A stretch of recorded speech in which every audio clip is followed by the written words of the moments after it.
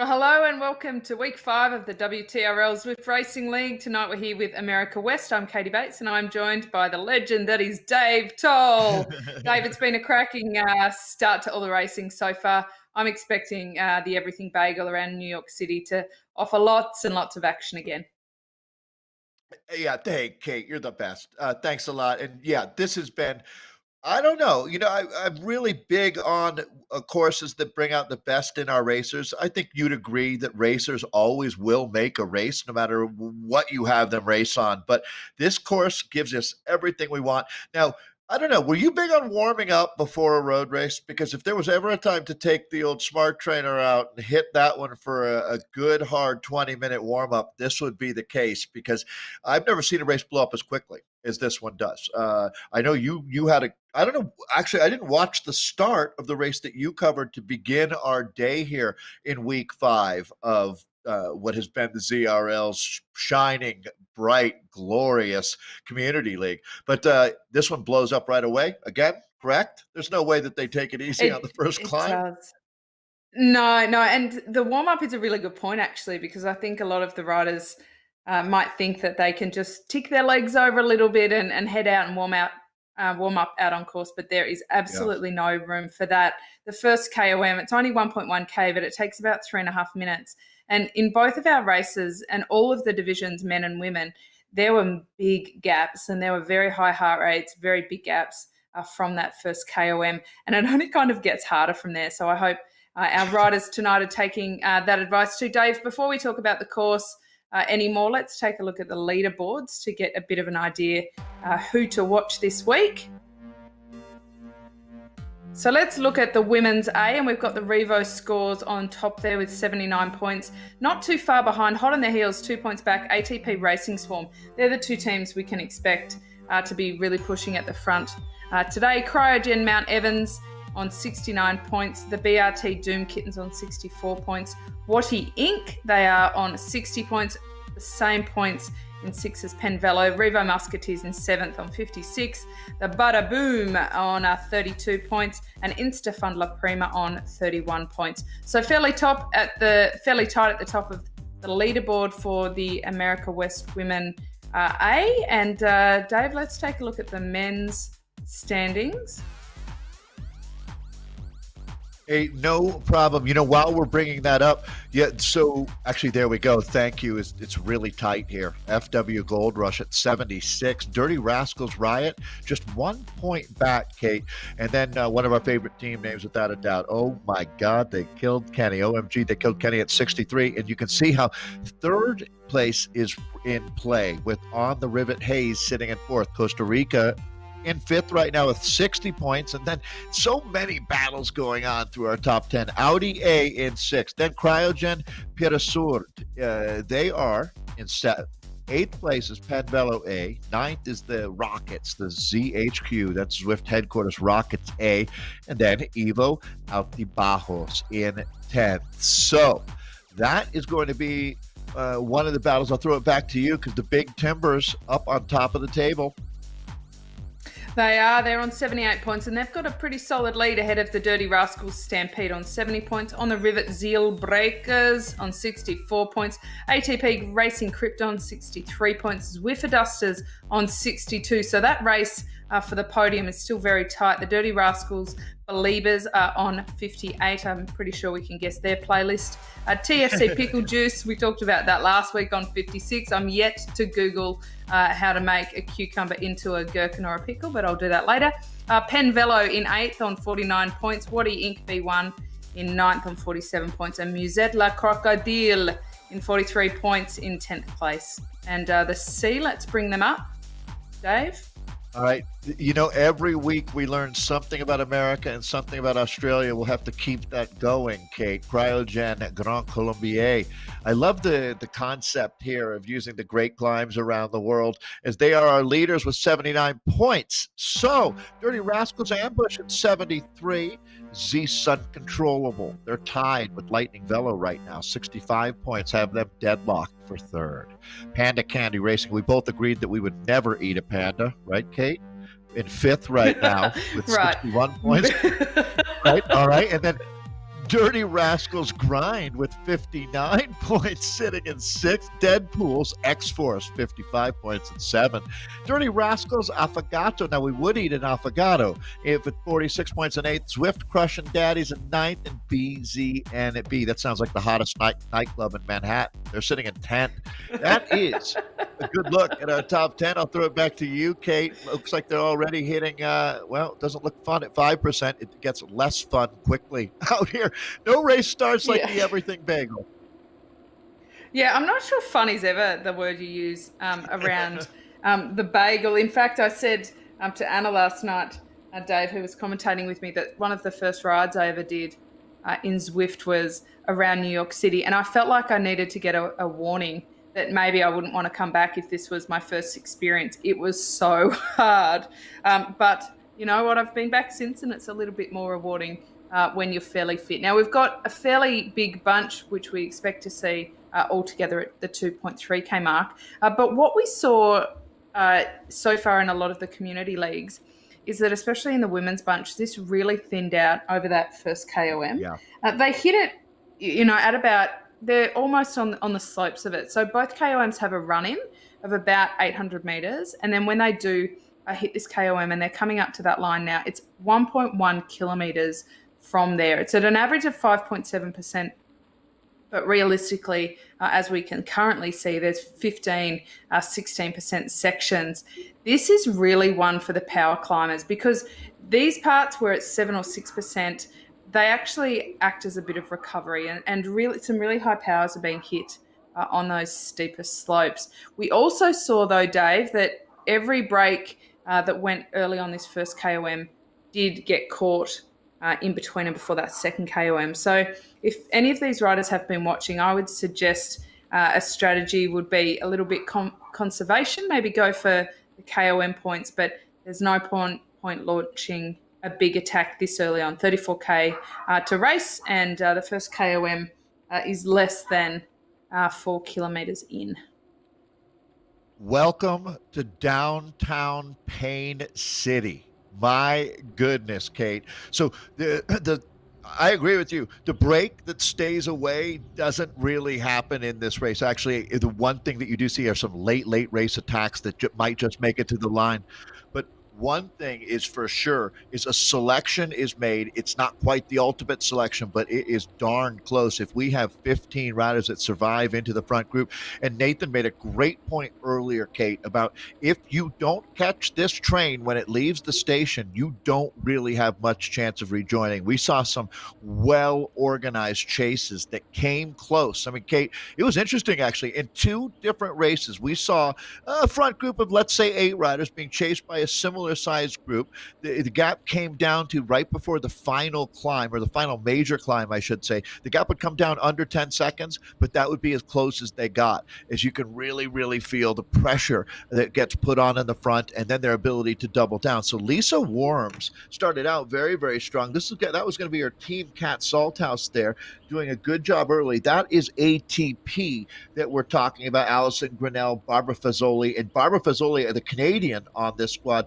is a previous winner. It seems like a while ago now, Kate. I feel like we're old colleagues now, but this is our 5th race in this series. Don't you feel the way, though? We've already been through a lot together out here with some incredible racing, and we're starting to find out who the top riders are, no doubt. And you know what, Kate? They're going to make it easy for you. Look, the top riders are going to be in this group. I think you're absolutely right. We did see Morgan Aldridge going off the back, the Cryogen Mount Evans rider. She was pretty good in Richmond, the best from the team. But, this can catch you a bit unawares, and I think if the riders haven't warmed up properly, or they're not necessarily in the headspace, that early high-power acceleration can really bite. Jennifer Connolly, she's got such a strong team. The Racing Swarm were incredibly strong on the Richmond course. Of course, it was Kat Salthouse and Rachel Winchester that were the 2 riders on that day. But how good is it that they have options, and they really do, with Fazzoli sitting back there as well. Jennifer Connolly clearly has some pretty good legs today. And I think anytime you can open up a little gap, whether it be 1 metre or 10 metres on such steep sections, it does go to show that you've got pretty good legs. But this is quite a hard slog at the moment, 15%. Wow. It's nice to be in the commentary box, isn't it, Dave, rather than out on course. This is a really, really tough slog up here for the riders. Kate, I wouldn't have it any other way. Let's put it that way. As we take a look at these women that are really digging in. So Revo Scores comes into this top team. And Kate, while we have the women now getting through this real pinch point in the race, a lot is happening right now. It's worth noting that top 10. So you're not, Kate, I know that you've been you're obviously in Australia, but we saw a couple of teams, including the race that just wrapped up in America's East. We saw one of the teams in the men's race put 6 riders, the entire team, up into the top 10. And that is absolutely the name of the game here. Because actually, here's a great example. ATP Venom in the previous race, they had 4 riders in the top 5. They didn't win the race, but they won the 20 points that comes with the top team. So it's not time-based. It's an 8 race series. 4 of them are team time trials. This is the Community League on Tuesdays, and we're back in now. So I'm going to throw it back to you, Kate, because this is a big moment. We're sorting some things out. It's 34K of racing, but holy cow. Look, interesting. So we ride just saw them go over that KOM, Dave, and that was, as you were talking about the dominance of some teams, we saw 3 Revo riders go across in that top 4. And so now as we're having a few riders pull away, it is dominated by the Revo Scores. ATP Racing Swarm, they've got a really solid squad as well. But something I noticed from last week is, as you mentioned, it's a points race. So points are allocated on these intermediates, so the KOMs and the intermediate sprints. We then also have the dominance of points at the finish line, but it's certainly not on time. It is on points and for each rider within that team. Now, the teams that are ending up on top are the ones that are stacking that result sheet. So let's just look at those bonus points. Alicia Starts comes through as the winner ahead of Anna Rogers, teammates at Revo Scores.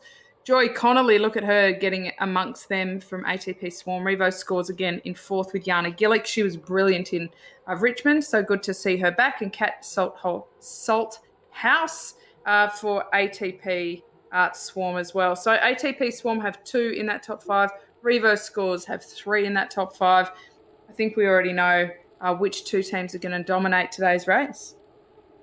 We were talking about Vegemite. I assume that you have salt and pepper in Australia. Right, Kate? Oh, yeah.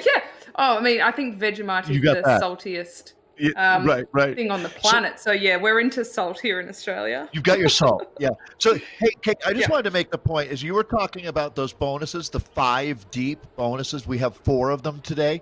It's interesting. This is a perfect example of how the points are tiered now, because it's not like those 5 points are equal to the points that you look at when we were just seeing that Revo Scores has 79 points in our lead. Those points are different. These points get added up. Also, so bonus points along with, and that's the season, thank you, Nathan, that you're looking at. So it's not like Revo Scores got 5 more points and added that to 84. See what I'm saying? It's a different point table because what we're doing, right, we're building up points today that then we break down into the teams. So the most you'll get on this table would be 20 points. So let's just say that Revo Scores gets enough riders in the top 10 that they have the most points after we look at the bonuses and the finish points. So the best they could score today, Kate, would be 99 points.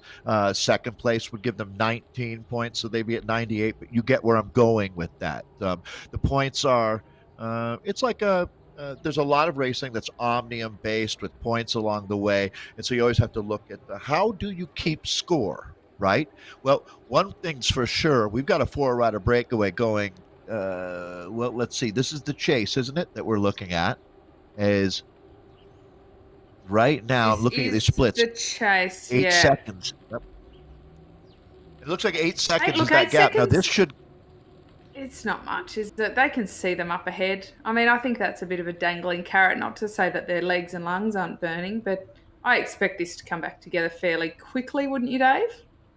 I completely agree. And this is different than what I was talking about earlier here. See, actually, it's interesting to see the third group on the road right there is just about as close to making contact. So, boy, a lot in play. Very dynamic moment here. So, one of the things, Kate, as a former racer, don't you think about trying to organize the riders that you're with, even though they're not your teammates? You do all have a common goal here, and that's catching that group in front of you.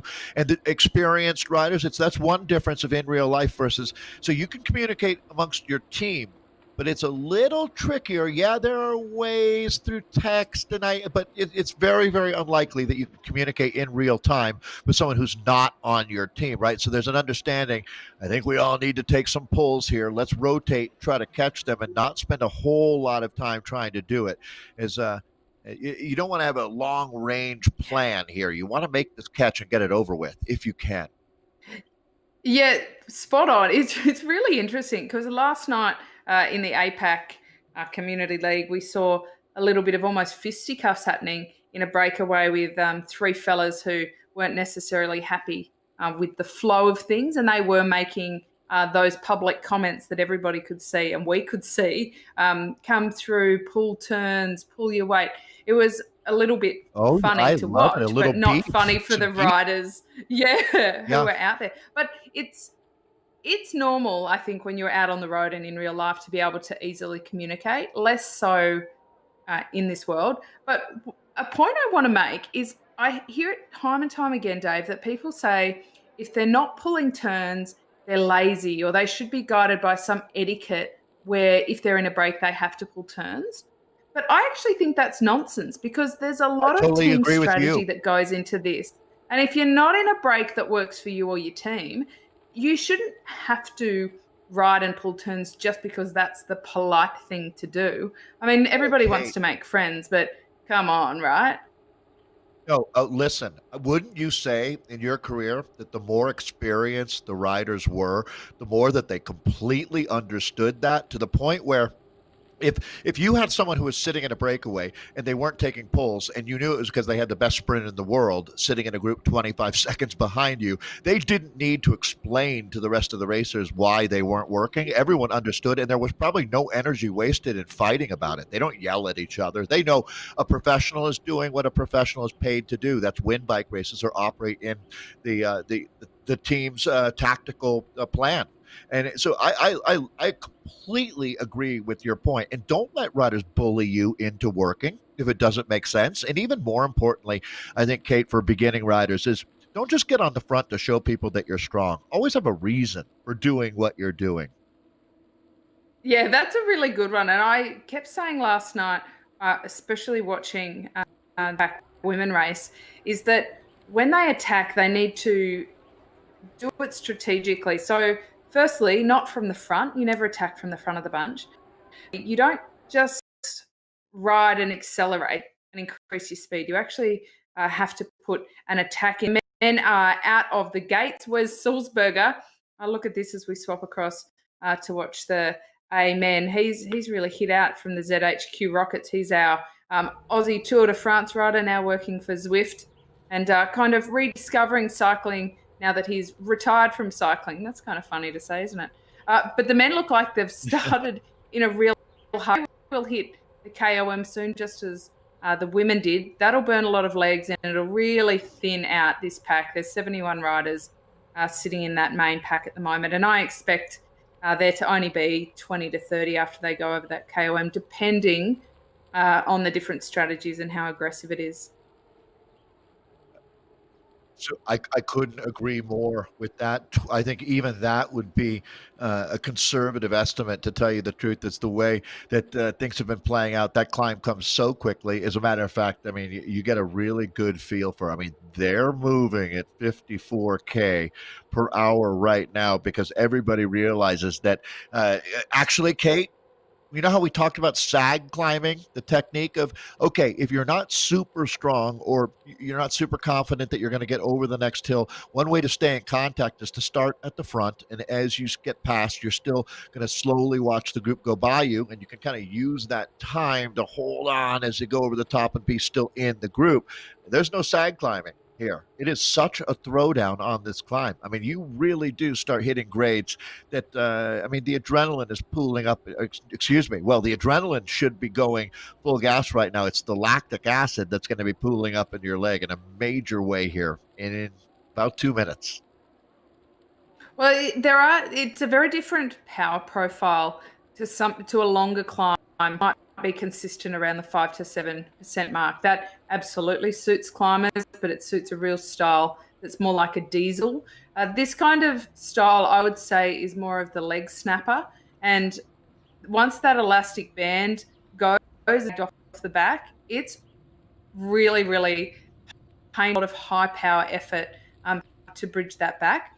Just because, Dave, we're seeing those groups bridge back between the KOMs, what we're not seeing when they do is how much suffering each rider has to do in order to bring that back. And so almost inevitably, you then see a similar breakup happen on that second lap. So Kieran Lewis, go Aussie, HQ Rockets, one of our Zwift staff here in Australia. He's been pretty consistent. He's been on great form. He hits that KOM, that's 1.1K to the top now. He's got a bit of a break around the 3-second mark. He'll need more than that to stay away to the top.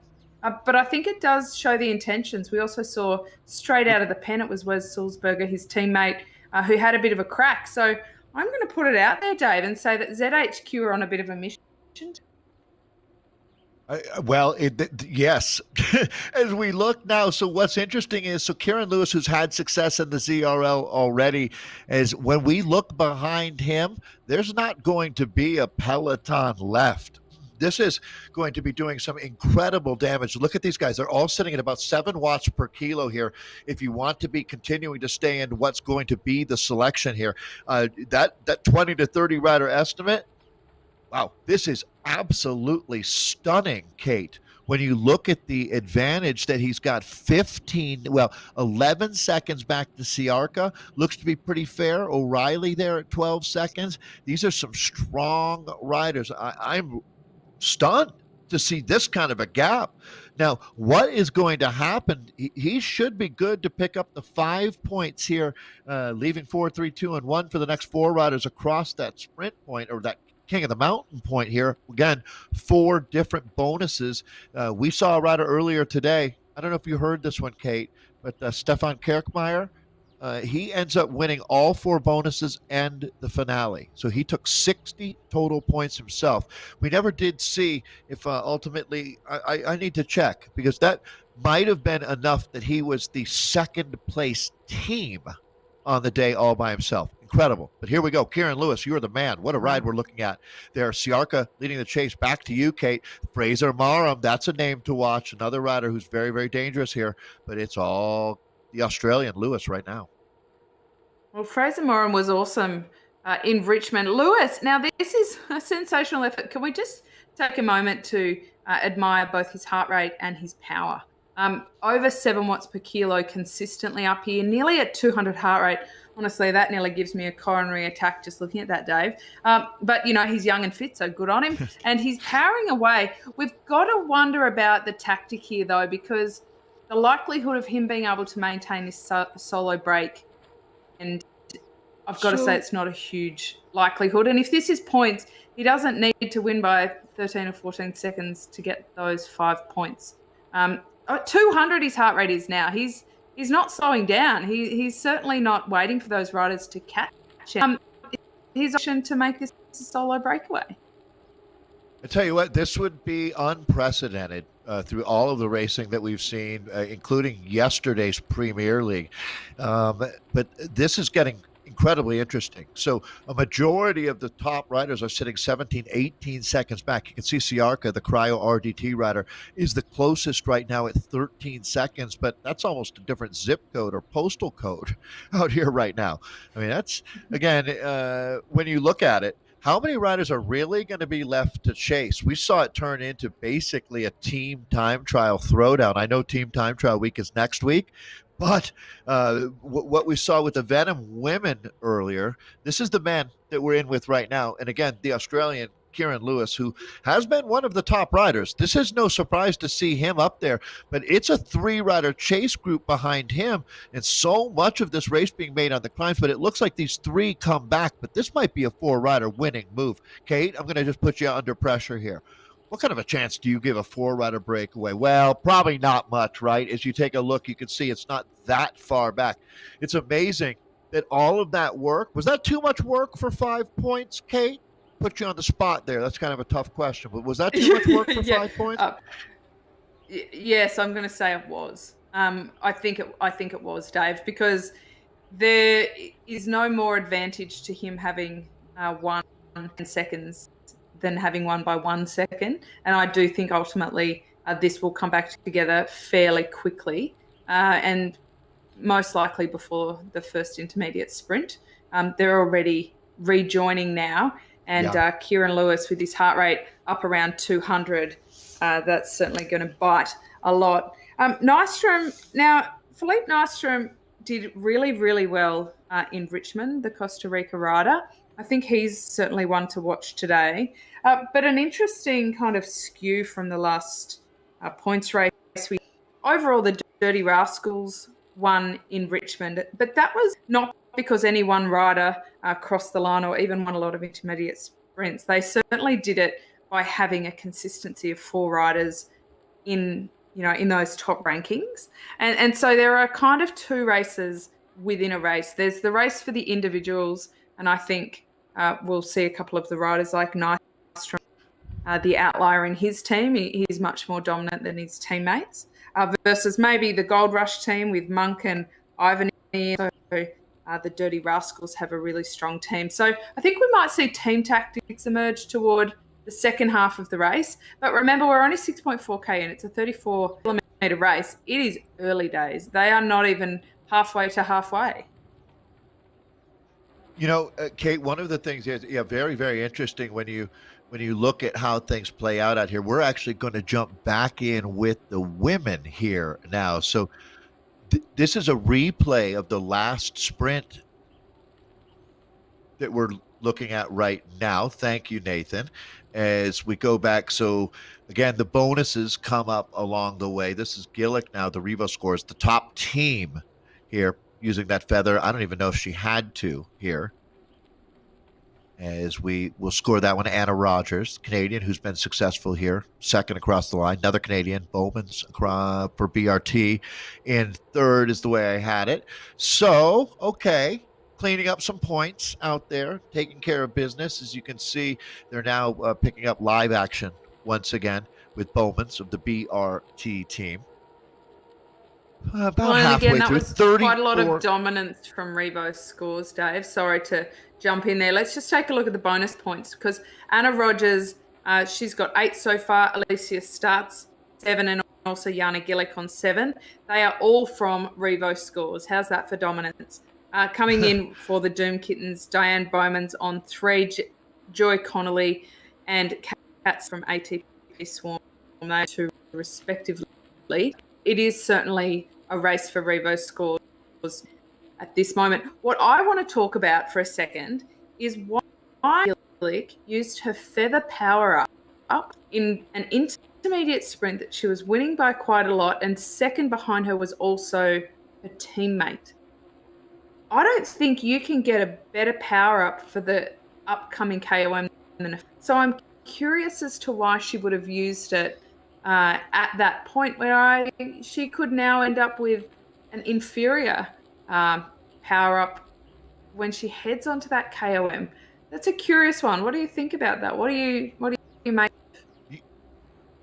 I'm still wondering why I signed up for Columbia Records and Tapes when I was 16, right? We all make mistakes. So, you know what I mean? Like, it's easy to tap the button sometimes, maybe ready for it, not sure. A slip of the finger, right? It's a fine line out there. So, but because, you know what, Kate, maybe no really great reason. We're taking a look now at how the points have been sorting out from our 2 different sprints. So you can see a lot of riders are participating in this, or the same riders, I should say. Do you think that they've been designated, Kate, to go out there and hunt down some points? Because remembering, so Anna Rogers with 8, there's 40 points waiting for the winner here. But those points and the points at the finish line today all go into that same pool for your team that ultimately then we'll see if Revo scores. They're looking really, really good, our top team, if they're able to maintain that. They'd have to have a terrible day. They'd have what almost is. Go ahead. Oh, no, I think it's a really interesting point that you make that makes me think something I really don't want to see. I'm going to put this out there is I don't want to see the Revo scores racing for points. I want to see them racing for the points, but not being too fussed which of them takes those intermediate sprints. Because I think that they're leaving themselves just a tiny bit vulnerable if both Gillick and Anna Rogers are going flat chat for those intermediate. Some of the other riders who have got good legs to date, Diane Bowman is an example, kind of leaves for her to make an attack over the top. And I don't think that they need to take the risk of being vulnerable in that regard. I mean, in saying that, maybe a little bit of fun to really race. I don't think it's necessary, and I think it carries a bit of risk. I'm sounding like a bit of a grandma, risk-averse in my review. You sure are. But, Holy anything cow. can happen, Dave. Anything can happen. So, first off, hold it right there, Kate Bates. Hold your horses. I think we had our Australian phrase of the day. Ding, ding, ding. I think I want you to repeat it. Did you say flat chat? Was that the term that you used? I did. I said flat chat. That one. Unheard of here in North America. So we're introducing that to an entirely new audience. So describe that for me in your best Australian. Yeah, what does flat chat mean to your fellow racers? It means as pretty much as hard as you can go. 100% committed. I love it. That's full going gas. Flat chat. Full gas. It's Australian yes, for full gas, right? Yes. We learned something today. I knew we would find that flat chat. Okay, Nathan, write that down, please. So we're in with the front group here. Let's look at our race situation because you can see the gap. This is a little bit similar to what we've seen. Once this group establishes itself here, Kate, they don't now. We have seen this front group threatened by chase groups, not this one, but in previous races. But this isn't going to be the case anymore. With almost 19K completed, this is your winning move. I feel very confident in saying that. Angela McRae, super strong rider here. Absolutely a woman to watch. This is a dangerous, nasty group that we're looking at here. You can see you got a couple of teammates. Anna Rogers comes in. I would think a hot tip, to tell you the truth. Really good for this course and has a head for winning. And I think there's something to that, Kate. Oh, my gosh. I would have to think in your career. You know how there's plenty of really solid bike racers that if we never pinned a number on them, they'd be world champion. But as soon as you do and you turn it into a bike race, how there's some people are winners and some people just aren't. It's sort of inbred in your DNA, right? And I think Anna Rogers certainly get the sniff of it. You're right. And I think you're also spot on that Anna Rogers is she's a racer, isn't she? As soon as she gets a number on. There's no stopping her. And Ange McRae's been racing across a number of legs, the little Aussie pocket rocket, and she's been getting stronger and stronger. And it's been exciting to watch. I used to ride with her in some of the bunch rides in Australia, and she was certainly less fit and less capable, let's say. I'm really impressed at her development and her commitment to it. So good on her, the leagues. Now, something I want to talk about, Dave, is bike selection, because every week there's little advantages to the bike you choose. Overwhelmingly, the best bike is the Tron bike for this course. Now, the Tron bike you can only earn if you've done 50,000 metres of vertical climbing. So for anybody watching, forget any of the other statistics you can find. Anybody with a Tron bike, which is one of these fancy neon ones, you can choose them in different colours, indicates that they've done a lot of climbing in the Zwift world. So automatically, we know who our climbers are. It's a really easy way, isn't it, to see which of our riders prefer climbing. If your bike is glowing, you're a climber. Yeah, pretty much. That's what it comes down to. And that is Diane Bowman's and Anna Rogers. Right. So so that actually Everesting is a phenomenon, a COVID. What's the tallest mountain in Australia? Are you hard pressed to find a climb that? I mean, do they Everest in Australia in real life? Well, You know what? you While you're can. thinking, No, it's easy. yeah. We don't have a lot of big mountains. So our tallest mountain is Mount Kosciuszko. Get your mouth around that one to try and pronounce, and it's only at 2,288 meters, so it's not Give me a too chance high at to all give me a in a chance lot to of time. practice. Hey, we're watching Yeah, the sprints. Kosciuszko. Kosciuszko. All right. So, hey, going back in with the men, Kate, sorry to step on you there. Kate, all the way over in Australia. I'm in Colorado here, and this is our 5th week of having an absolute blast bringing you Zwift Racing Live. So, Kate, this is the front group, a little bit larger than the women's race, that's for sure, more of a reduced peloton. And this is our man, Kieran, who is so exceptional on the climb, opening up a 14-second gap. Kieran Lewis out of Australia, and it looks like he's pouring it on, looking to collect some more points. So this is a man on a mission. Let's see if he holds on. Oh, and it's going to be, we agreed, Costa Rica, Viva Costa Rica.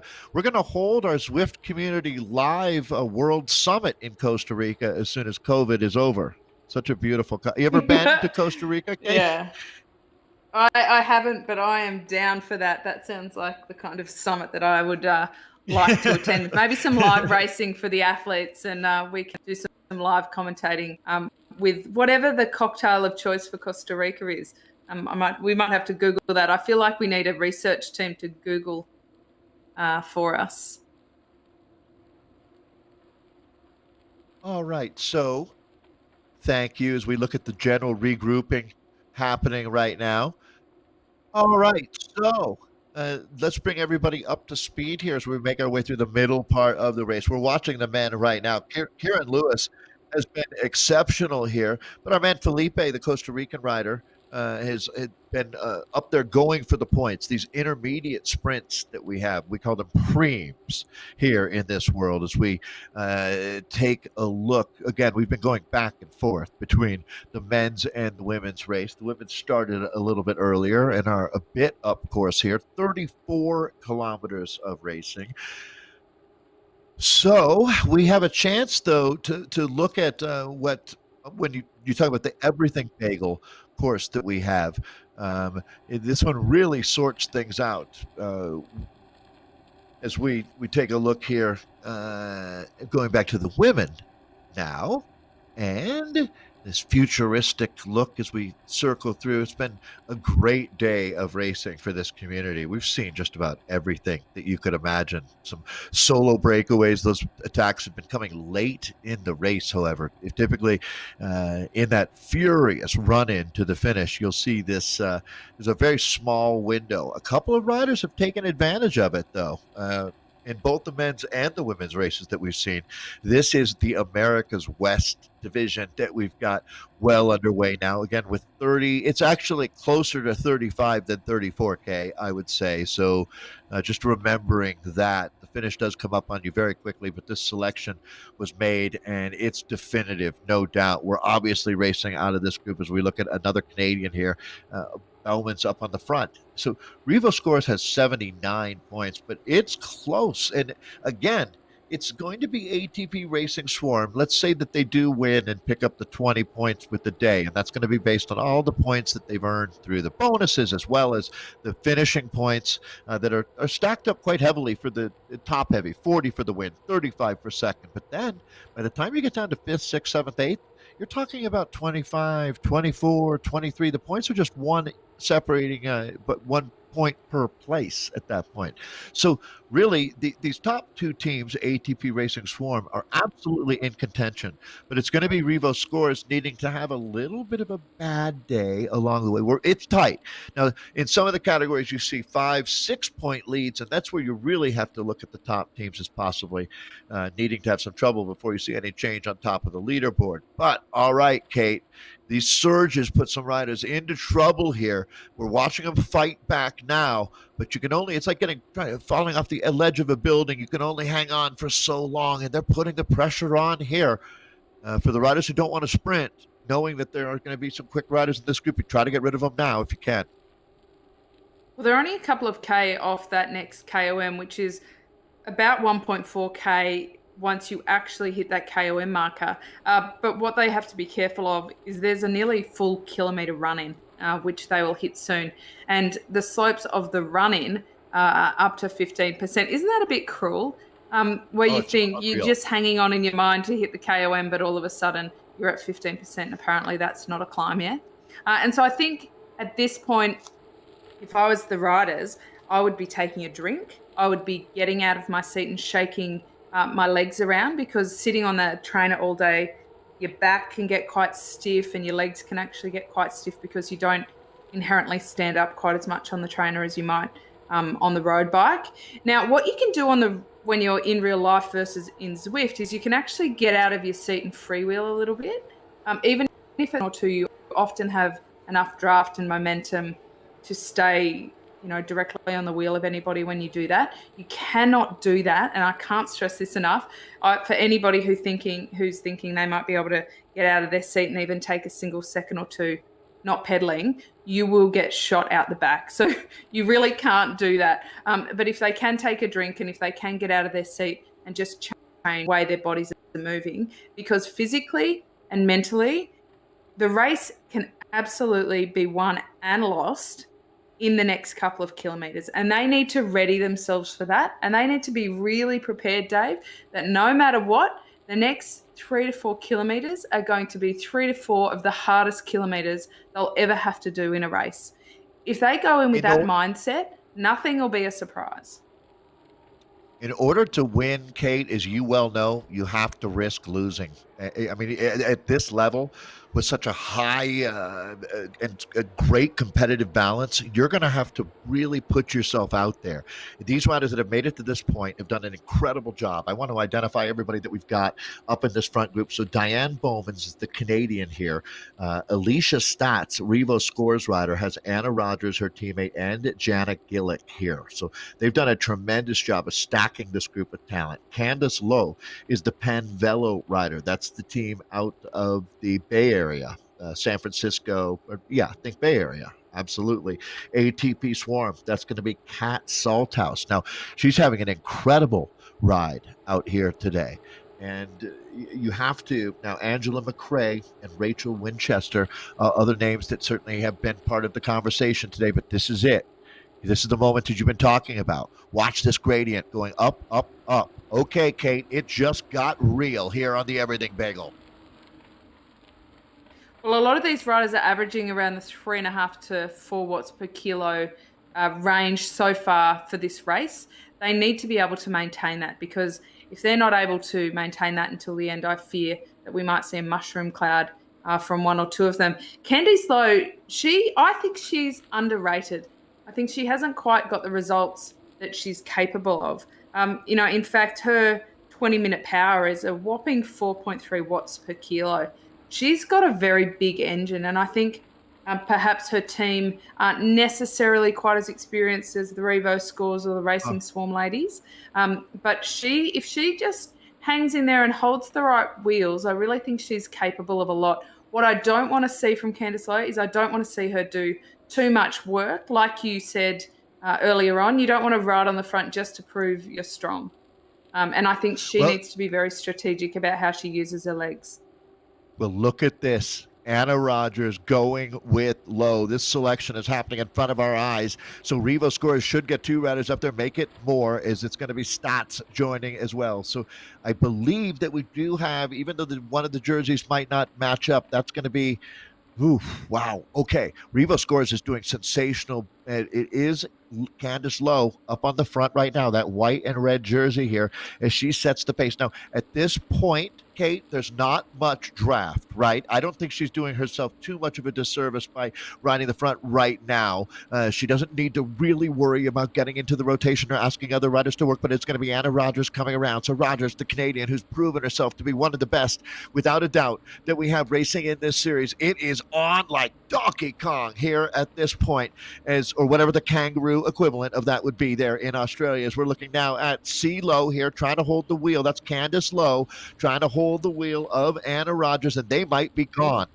Oh boy, Kate, here we go. These two are climbing like angels at the 17% grade. It doesn't get steeper than that. This is where your smart trainer is really earning its money. The gap is starting to up. Anna Rogers throwing more coal on the fire, just body blow after body blow being thrown by the Canadian Rogers here. Now, we have a long way to go, folks. We're still, if the finish line is at 35, let's say 35K, we're at about 9.5K of racing remaining here. But this is a significant moment for Anna Rogers here. What do you think, Kate? Does the Canadian roll from here to the finish line? Is she untouchable?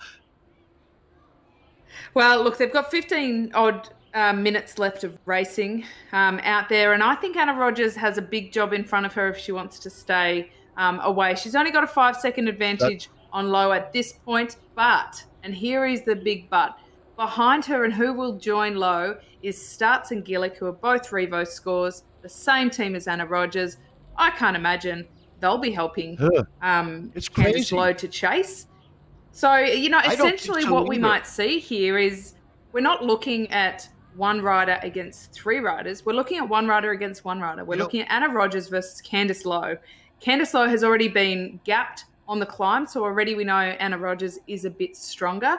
If we look at it like that, this is Anna Rogers' race to lose. You know what? Here's the thing. They don't really have too much to lose right now. If I'm Rogers, I don't really worry about it. What I do is just keep riding at it.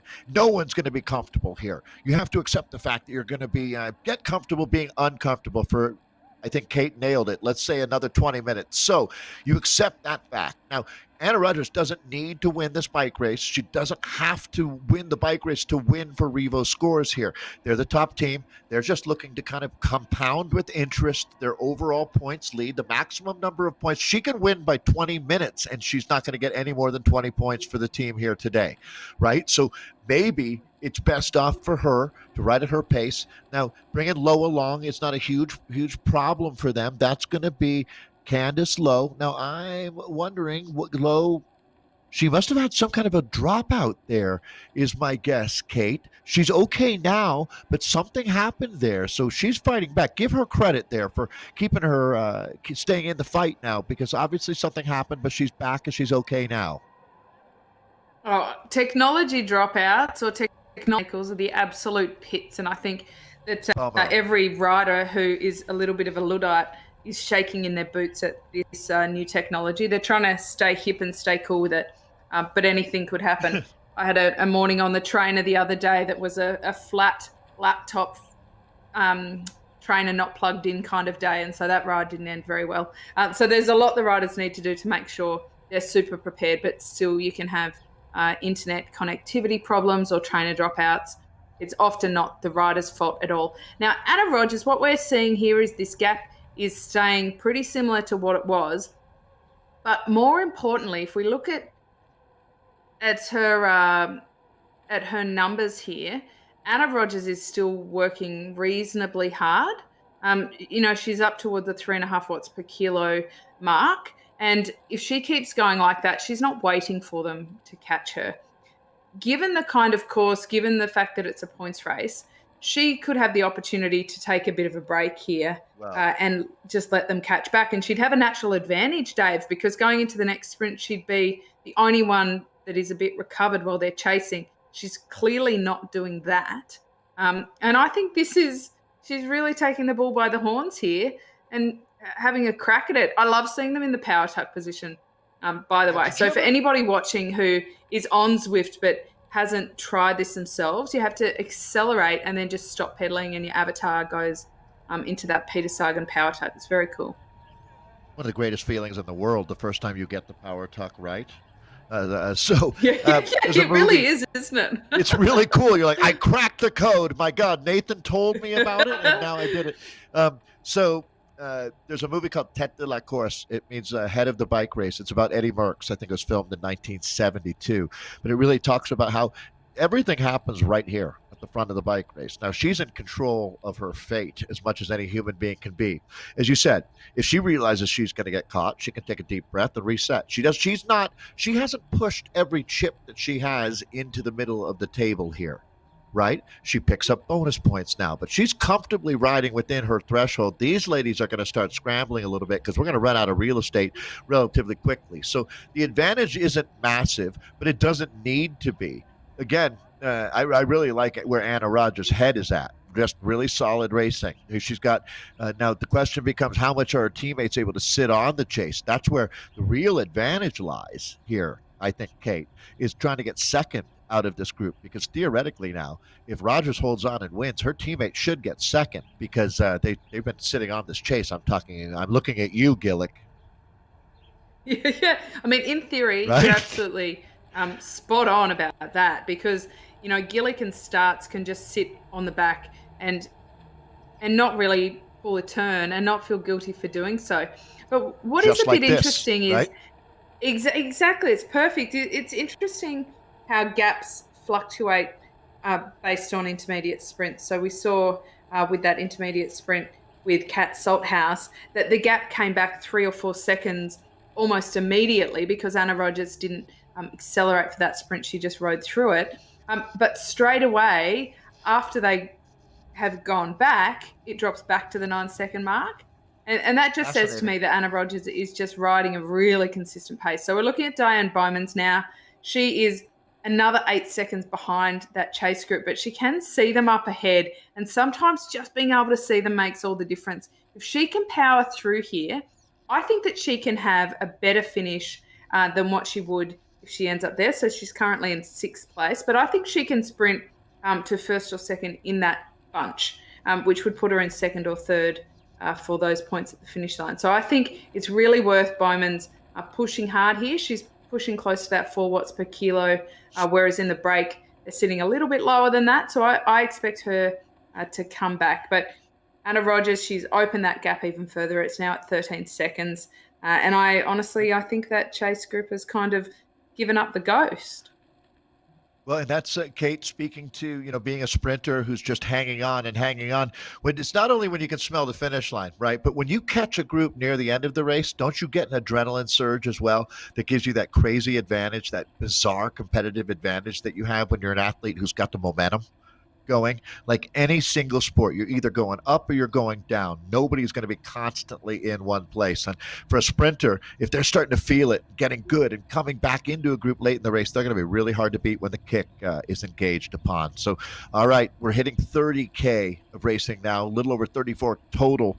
So we're getting right down to it now. Finale time.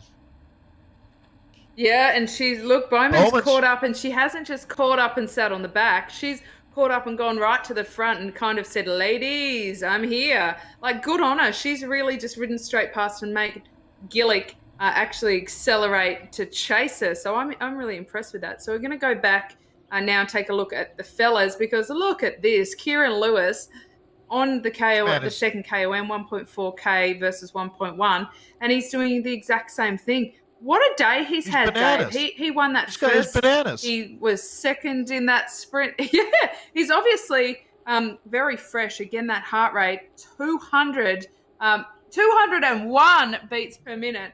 Holy moly. And those watts per kilo are up and up and up. He is very clearly on a good day. And maybe, Dave, he's thinking that if he can attack this one like he did the first KOM, he might actually be able to hold out in that 15-odd minutes to the finish. Well, it's not out of the question, is it? You can see it's the usual suspects as well. Ivany is back. Siarka is the rider who's leading the chase here. Is okay. Well, I have to say, Kieran Lewis is. I mentioned the Kirkmeyer ride earlier today. Kieran Lewis is doing something similar. When it matters, he's been on the front. Talk a man who knows his way into the limelight. That's for sure. Do you happen to know, Kate? I'm assuming you know Kieran in real life. I do. I mean, the Aussie cycling scene. What does he do? Is a pretty small one. At Zwift. So we have the Rebels and the Rockets. I'm a huge, yeah. Do they just have him training full time in a room down in the basement? Yeah, I mean, that's a pretty good visual, isn't it? I mean, he just took the KOM. Yeah. You'd almost be led to believe that he's just against the brick wall. Ride, Kieran, ride. No, Slide but look, him he's one of trays our, of food. Yeah. yeah, exactly. But only once he hits those KOMs. No, Yeah. look, he rides normally in our NRS, but of course this year's been fairly disrupted, and I think for the most part, a lot of the Aussies, we've had some pretty strict lockdowns here in Australia, and Kieran's in Melbourne, I believe, which has been an absolute nightmare for lockdowns. So anybody who had the hot property of a smart trainer has been enjoying the benefits of that. A lot of you might not know this, Dave, but for a long time in Melbourne, they had a 5 kilometre limit, so they couldn't go further than 5 kilometres from their house. So you can imagine the kind of local laps that were going on to try and keep physically fit and sane during that period. So we're watching monks now, and they don't have long left to go. Kieran Lewis has been absorbed. We can see him there at the back taking a little bit of a break. But all of their heart rates are still fairly high. So Monks is up over the 160 mark. He's kind of dagging off the back a little bit. But this is a pretty elite group here. We've got, 12-odd riders here, Dave? Yeah, looking at the points, Monks has been one of the top riders today as well. Philippe Nystrom following Kieran Lewis there with 14 points, Monks at 7, 5 apiece for Philippe Nystrom from the Costa Rica team, and then Matus Siarca, who's been climbing really well for Crowdgen Perasor. So taking a look there at how the bonus points have been distributed up to this point, I have to think that the Monks family, they must be a couple, I'm thinking, Kate. I don't want to put you on the spot, but I'm going to guess that you see plenty of that in this world. You do. I mean, what do they say? The couples that Zwift together stay together or something like that? Better than tandem couples, that's for sure. Indeed. Indeed. No, all right, so let's just look forward to... Yeah. I like jokes. I don't mind that. Look at this. Kieran Lewis is on the attack again heading into this intermediate sprint. He opened up a bit of a lead, but he is being mowed down by Nystrom. Philippe Nystrom was unreal in Richmond. I would back him for the finish. But Fraser comes over the top of him, pips him on the line. Actually, Nystrom pushed back to third there, but we're watching him. I would definitely say he's one to watch at the finish. Now, I'm going to project forward to the finish a bit here, Dave, because we saw in the APAC, and I'm interested in what you've seen in the other community leagues between last night and this afternoon, is that the danger in the sprint was that some of the riders weren't timing it very well and were going too early. So we're looking at a replay here, and we've got Nystrom, but he's pushing toward the line, but Fraser comes over the top, and it's a pretty tight spot for third, actually, but I think Nystrom did end up with second. He did. There. Yeah, so, it sounds like they're confirming that, yep.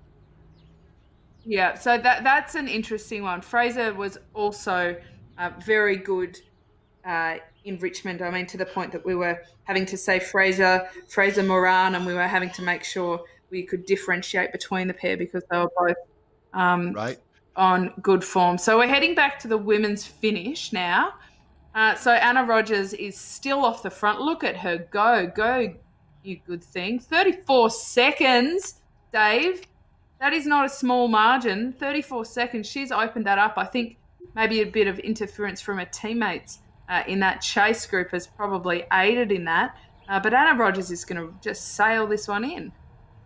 That's a command performance from Anna Rogers, Kate. Boy, super impressive. Let's look at the attacks coming, though, out of the chase. So, again, Anna Rogers is your gold standard without any doubt. In just a moment here, she's going to finish. Remember this, though. This is a good way to reconnoiter the finish because the guys are going to come in hot here. Anna Rogers will have an entirely different look at it. The Canadian for Revo taking a big win here. Boy. Again, command performance, champion standard. This is the battle. So we talked about her teammates should have a bit of advantage sitting on the chase. Well, that might have changed when they realized they weren't going to make the catch. I'm going to throw it back to you, Kate. There's Gillick. That was the rider I was saying I watched for. She's hit out for the finish. Well, overwhelmingly, Gillick has the highest 15-second power here. This is a little bit early, though. Normally, when we come past those pens is where the acceleration needs to happen. She's opened herself up here. Salt House from ATP Swarm. Oh, she got it. She got it. A late run, though. That made me nervous. But good on her, because Jana Gillick has been a really consistent performer. She's one of the fastest finishers in this women's peloton. I'm glad she did hold on there. And I also laugh, Dave, when they go past the finish there and they're all in the power tuck. That's because they've all collapsed over their handlebars and aren't pedaling anymore. So back to a replay here. Jana Gillick hitting out pretty early, but Salt House, she was coming at her hard and fast, didn't quite make it. So Gillick takes second, Salt House in third. And Diane Bowman, see, good chasing effort from her. She comes over the line in fourth, so well worth the effort to chase and get back on for her. And no doubt about it, Revo will win the day there with 3 riders in the top 5. As I score that on the back of my notebook here, we're going back into the men's race now. You can see they don't have far to go at all. Let's go ahead and say 4K to go until this one is done and dusted. So the big names, that's funny. There you go. Fraser is back. We talked about Fraser Moran, the Canadian rider. These are the usual suspects up near the front. So the finish that we just saw, that 4th bonus sprint, I wouldn't expect this finish to be the same. This rider will be alone. Now, it might be by just 5, let's say 1 meter, but you won't see 4 riders fanned out across the finish line. This finish comes, it's crazy how fast it comes at you. Earlier in the day, so this is the 5th race that you as well, a long day of racing. So one thing I joked about was it's sort of like Luke Skywalker in Star Wars trying to hit the Death Star, right? It's a very, very small target. You're moving very, very quickly with a lot going on around you, Kate. So winning this bike race out of a group like this is going to require you threading the needle while you're turning yourself into a rocket ship.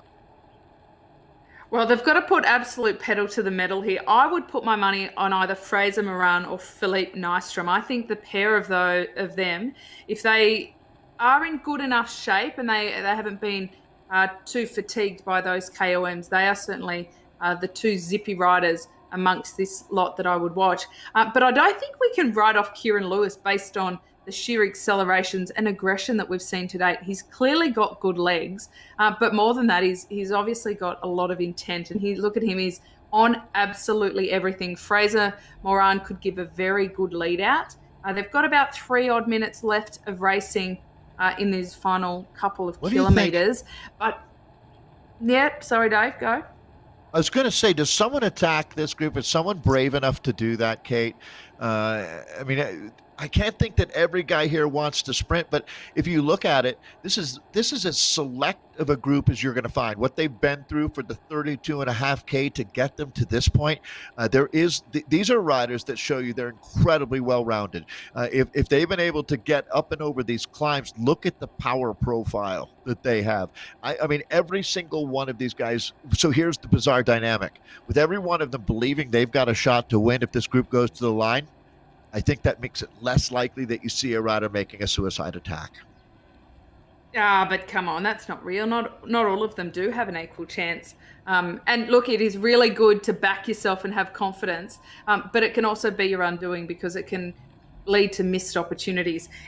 Ivany, Siaka, Lewis, they are the riders who could make a late dash. And I love a late attack, by the way. It's one of my favourite moves. There was a rider in the female field, internationally, Judith Arndt, and she also almost made an art form out of the late attack. She won a lot of races attacking in that final 1 or 2 kilometres, and it was absolutely beautiful. But Ivany, Siaka or Lewis are the 3 riders who I would watch for that. So, if they move, you move. You don't let them go. So when Judith Arndt attacked, she had Petra Rosner waiting to finish if she got caught, right? Isn't that the perfect world in this sport? Isn't that the perfect team? Oh, I love that. Yeah. The Germans, man. Oh my gosh. So hey, all right, here we go. You picked Fraser Marm. I'm with you. Another rider you mentioned was Philippe Nystrom of the Costa Rican team. Those are two really good choices. Now, the one outlier here is, can a guy climb as well? And these are power climbs these are Philippe, Alaphilippe type climbs that would suit a rider like Julian Alaphilippe, I should say. Is none of these guys are going to be pure sprinters. None of these guys are going to be pure climbers. These are the punchers of the sport. This is going to be an absolutely brilliant finale. They are coming up really, really quickly on 1K to go, and it looks like a bit of a flyer going up the road right now.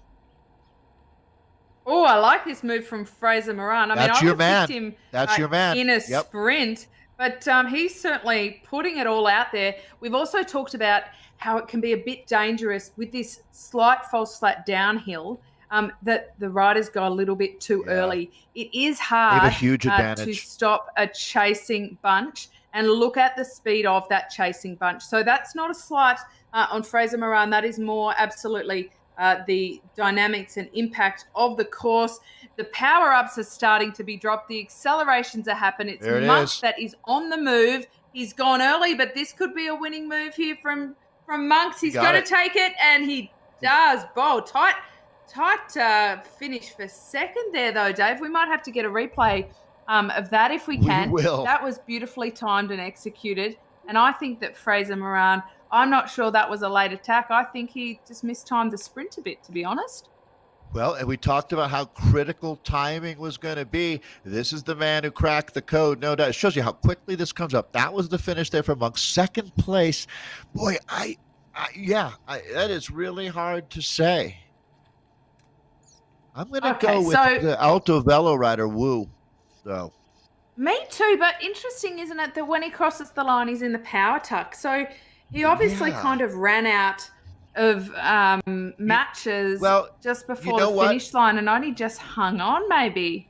So, you know how I'm going to explain that, and I would definitely let Nathan has taught me a lot. So my guess here is the back-end API is still catching up there. So you're looking at the fact that we have 30 different avatars all going 50 kilometers per hour coming into that finish. So it sometimes what you see, there's going to be times, I'll put it this way, that you will actually see a rider coming across the line in front who's actually a little bit behind by the time all of the computers and servers around the world catch up. So not trying to make excuses there, but that's why you sometimes see those type of things.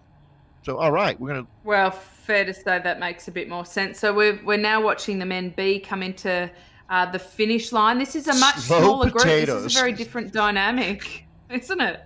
That's what Nathan just said. Our producer, Nathan Guerra, who said, everyone knows Nathan, just said slow potatoes, which is, I'm just proud that I know what he means. Like, I'm finally learning the lingo around the office. This might be a time where you have to share the Americanism. With it just the Aussie, means slow computer. Nathan's saying it's not American, but that means slow computers, like the kind that you get at the now defunct Radio Shack, right? A Radio Shack Tandy computer. Yeah. Oh, well, look, sometimes I feel like a slow potato, so I'm going to take that one on board, I think. We've only got 6 riders in this bunch, Dave. This is a really different finish than what we just saw in the A. So there's a lot more cat and mouse because they're going under 30k an hour. What we just saw in the A, man, they were going about 60 clicks at this point. So very, very different dynamic. We've even got riders joining from the back for a last minute sprint hustle, which is a good effort Don't see that on much. those riders. Yeah. But look, maybe the front are a bit too busy playing cat and mouse to actually just push it all the way to the line. Yeah, well, we were talking about riders just going right past this group. There you go. They're going to hit out now. So every now and then you get a little bit antsy, or you can feel that pressure, the hot breath of the riders coming from behind you. And sometimes when you got to go, you got to go. And that's going to be Saunders there of the OTR Zeilbreakers team hitting out. So about half a K to go, about 500 meters to the finish from here. Well, Colin Saunders he's pretty powerful in the finish here. So he is the kind of sprinter who averages, around that 1,000 watt mark for the 15 seconds. So we know that he's got a bit of juice in those legs, and he's gone early. But I think in this case he might just to hold off. But the critical timing is when they pass those pens, when we can see them to the side. If you can go through there with a little bit of a gap, then that will be enough. We've seen that time and time again now. But he's still a bit of a distance from those pens. I wonder if he's mistimed this again, because this is an interesting tactic. I mean, I wonder if it's simple mistiming, because he's got the legs to win in a bunch kick, but now he's burnt all those matches. And that's the pens that you're talking about. There's the finish line, and it looks like Olsenbrink is going to take this one. So, Canada, Anna Rogers and Olsenbrink taking the wins out here. And as you'll note, some of these guys, as soon as they stop pedaling, well, they'll disappear or drop down into a super tuck. But that one is done and dusted there for the men's B category in the America's West division.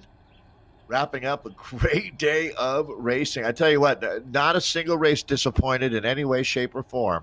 Kate, thank you again for having me along for the ride today. We've got some results to look at, I'm sure. I think the old Zwift power computers have had a chance to cool down, and they turned them off and turned them back on again. I think sometimes you have to just unplug them. Well, everything and everyone overheat, right?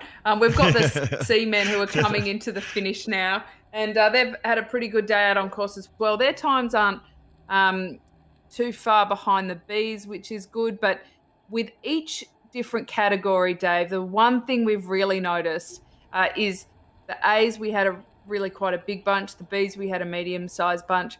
This C grade, they are absolutely split to smithereens. They're all over the shop. There's no more than 2 riders really together at any point. This looks like it's been a particularly aggressive day out on course.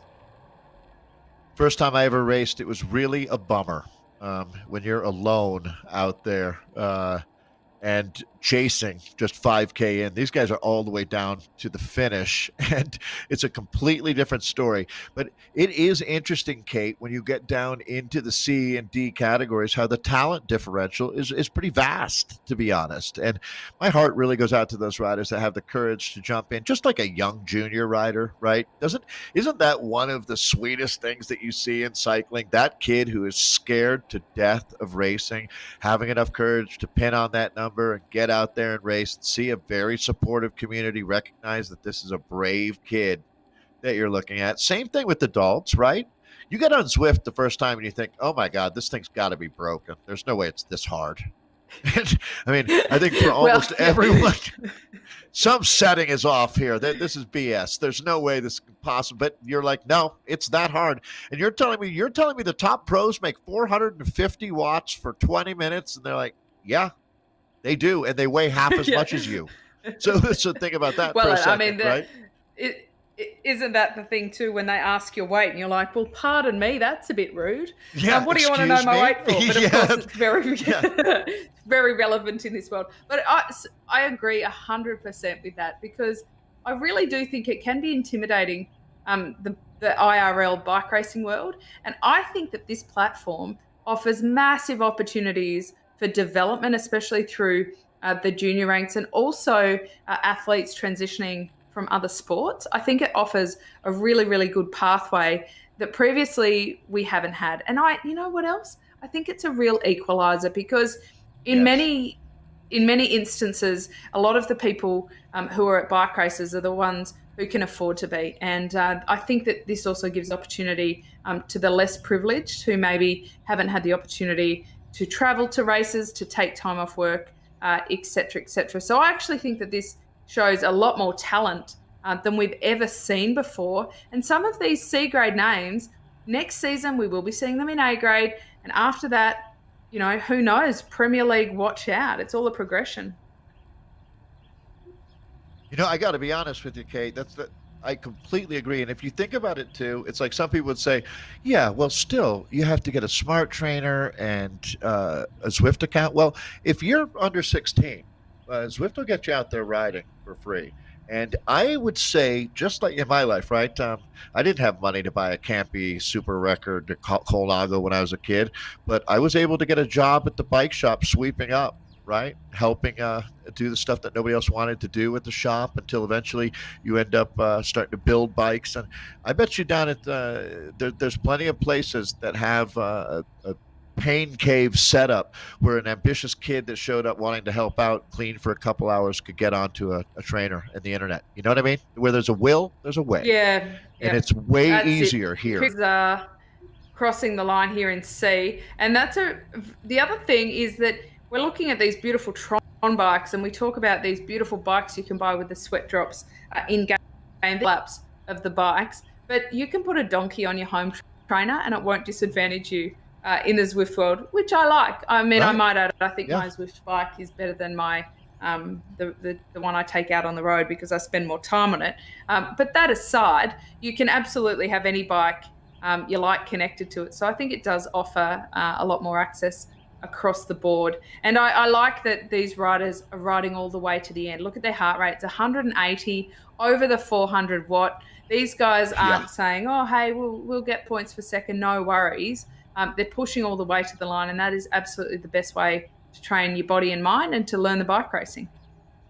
And as we make our way into like week 58 of COVID era here, these are the people that are getting fitter and stronger. Our Cat Cs we're watching finish up now, but these are the people that are pushing back, right? That resistance that's required to get stronger. By just laying there and letting life happen to you, obviously nothing good is going to happen. But when you get out and do something like this, you're a better person for it. And I bet you everybody who's around these guys loves the fact that they're emptying the tank. One final kick to the line. They can see the line is just a 50 meters away now. Guys, thanks for coming out and racing today. That's going to be Spivak from Cryogen. There's over 400 people who are part of the Cryogen family out here as we look at Wang now. That's Jeffers actually unreal, attacking the out of this Cryogen group. family, isn't it? I love that. Cool. Look at these last attacks coming from this bunch. Now, the podium has already been sorted out, but look at this acceleration from Watts. Very appropriate name, might I say. Over 10 watts per kilo, sprinting toward that line. Yes, he's using the power up and he's certainly getting a bit of a draft effect from that, but that was a really impressive way to finish that race off. Good job, guys. So let's go ahead and we'll take a look at some of the results that we have from today. A great day of racing out here. So flat chat. That's what I learned. Flat chat, that's what, and I learned slow potato. So, we've both taken, and I might also say that slow potato and flat chat are probably at opposite ends of the scale. They are. Yeah, exactly. So let's take a look at this board if we can, Dave, and then let's dissect that a little bit. For me, there's no doubt that we're defining the big stars of racing, and Anna Rogers, you are one of them. Oh, Canada. That's what we were joking about. Canuck up. That's 3.7 watts per kilo. So she did the work. Only one rider on the board doing more down there, Candace Lowe, who worked so hard on those climbs. But Anna Rogers takes it with Janet Gillick second, Kat Salthouse in third, Diane Bowman's fourth, Lisa Stats in fifth. Sorry, they're Candice Lowe in sixth, Tracy Moore seventh, Angela McRae, the Australian, in eighth, Rachel Winchester and Joy Connolly rounding out our top 10. So that was for the women's A category, and we combined some groups together there. So that's it for the women. I'll throw it back to you, Kate. With over 6,000 racers out there today, I'm going to let you tell us who are the best in the America's West Men's 1A. Isn't that impressive? And all of these riders who hit this results board should be very proud of themselves. Lawrence Monk's taking the win in the Men A with that super fast finish and 4.3 watts per kilo overall. That's pretty tidy work. Stephen Wu coming in second. Kieran Lewis, I'm going to call him most aggressive man of the day. 4.8 watts per kilo. That is super impressive. Go Aussie go. Tony Pletcher in fourth. Matush Siaka in fifth. Philippe Nystrom taking number 6. In number 7th with Jayant Mukhadapaya. I hope I got that one right. Apologies if I didn't. In 8th was Matt Lawrence. In 9th was Daniel Fraser-Moran. Now, he was my man in the finish. I think he went a little bit too early, but he was very impressive in Richmond, and I think we'll see him again soon. And Travis Fraser in 10th, because I love those Fraser names. So pretty tight and tidy top 10. Dave, Kieran Lewis, the most aggressive. And over to the Bs. I'll leave that up to you. Yeah, it's just like Bjork out of Iceland. This man from Canada only needs one name. It's Bjorn taking the win. Alex Hemke for second. Brandon Meltingthalo in third. John Bath fourth. Randy Scarborough in fifth. Mike Uachuk in sixth. Winston Guo in seventh. Frank Lucarelli in eighth. Philip Coldry in ninth. And then Colin Saunders. Look at all those Canadian flags, that beautiful maple leaf there from top to bottom. They took 8 of the 10 available spots in the top 10. Oh, Canada. It's a very good day for Canada. Well, the Americans more than made up for it in Div C over the Canadians. But Riley Pickerel, he got the better of them. He took the win. 4.1 watts per kilo. Now, that is a standout compared to the rest. Absolutely. I don't think a minute 27 even paints that. Aaron Spivak in second. Tim Hansen in third. Drake Watts, love the name, in fourth. Stanley Huang in fifth. Alan Lewis in sixth. Jim Jeffers in seventh. Matthew Drake in eighth. Chris Lawson in ninth. And Derek Stanek took 10th place for the Div C there. And let's go and look at the overall women now. Dave, for the Div 1 women. Hey, thank you, Kate. So Revo scores, they're nearly perfect. One more point and they would be. So that's their top team here on our table. ATP Racing Swarm sits in second. And again, it's close, 96 points. So as good as Revo scores has been, ATP has been so close week in, week out. This one's not over. Cryogen, Mount Evans, 86 points in third. Then you've got BRT, that's the Doom Kittens in fourth. Penn Velo, WB in fifth. Wadi Inc. WB in sixth. Revo Musketeers in seventh. AHDRL Bada Boom in eighth. And Instafun La Prima rounding out our top 9 there for our Division A women.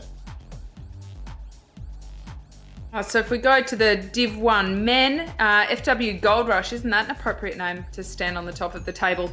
They're on 96 points, but only 2 points back of the Dirty Rascals Riot. So that is still a very tight race up there. We've also got a very tight race for the back end of the podium with On the Rivet Hayes on 79 points. OMG, they killed Kenny on 77. Cryogen Perisword on 75. And I must say the Perisword is one of the most beautiful climbs you'll ever get to ride or watch at the Tour de France, so good choice there. Costa Rica, fueled nearly entirely by Nystrom. They are on 72 points. Audi A is 70, Penn Velo in 69, so again, quite a tight cluster there. In ninth is ZHQ Rockets A, again, almost fueled entirely off the incredible ride of Kieran Lewis. And in 10th is Evo Altibajos, and they are 10 points adrift on 50 points. All right, let's take a look here at the B riders. It was a battle royale, and it was KRTB, the Big Timbers, taking the top step. So Gold and Big Timbers, these teams thought their names through. Dirty Rascals Stampede in second, On the Rivet Zeelbreakers in third, ATP Racing Krypton in fourth. It's Zwifterdusters fifth, then Dirty Rascals Believers, TFC Pickle Juice, Penn Velo B1, Wadi Inc. B1, and Musette Le Crocodile. You say that way cooler than I do, Kate. But that's our B's for the men that we're looking at. Back to you for the C's.